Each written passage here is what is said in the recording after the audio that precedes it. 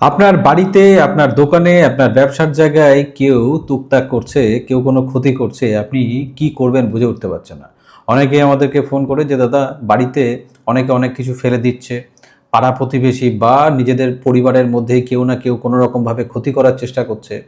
ব্যবসায় কি হয়, যখন কোনো ব্যবসা ভালো চলে, তখন তার পাশে আশেপাশের দোকানদাররা বা যারাও থাকে তারাও কি কোনো রকমভাবে চেষ্টা করে তাদের সেই ব্যবসা যাতে বন্ধ হয়ে যায়। এরকম সমস্যা প্রায় কেউ না কেউ কিন্তু আমাদের কাছে নিয়ে আসে।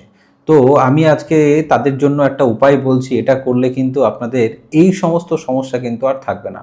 আপনার দোকানে বা আপনার ব্যবসার জায়গায় কেউ কোনো ক্ষতি করছে, আপনার অফিস, ফ্যাক্টরি বা বাড়িতে কেউ কোনো রকমের ক্ষতি করছে, তন্ত্রক্রিয়া করাচ্ছে, তুকতাক করাচ্ছে, তাহলে সবকিছু থেকে বাঁচার উপায় আজকে আপনাদেরকে বলে দিচ্ছি। কি করবেন? পেরেক নেবেন, একটা বড় সাইজের পেরেক বা গজাল যেটা কেউ বলে বাংলা ভাষায়, গ্রাম বাংলার ভাষায় গজালও বলে। তো পেরেক নেবেন, বড় সাইজের পেরেক যেটার মাথাটা দেখবেন গোল এবং চ্যাপ্টা হয়। এরকম দুটো পেরেক নেবেন, দুটো পেরেককে ঠিক এইভাবে রাখবেন, এইভাবে। এইভাবে ক্রস আকারে এরকম করে রাখবেন এবং সেটাকে লাল সুতো দিয়ে বেঁধে দেবেন। ভালো করে লাল সুতো দিয়ে বেঁধে আপনার বাড়িতে, ফ্যাক্টরিতে, দোকানে যেখানেই আপনার এই সমস্যা হচ্ছে তার মেন গেটে বা মেন দরজার উপরে কিন্তু সেটাকে বেঁধে দেবেন। শাটার যদি দোকানে শাটার দিয়ে থাকে শাটারের মাথায় বেঁধে দেবেন।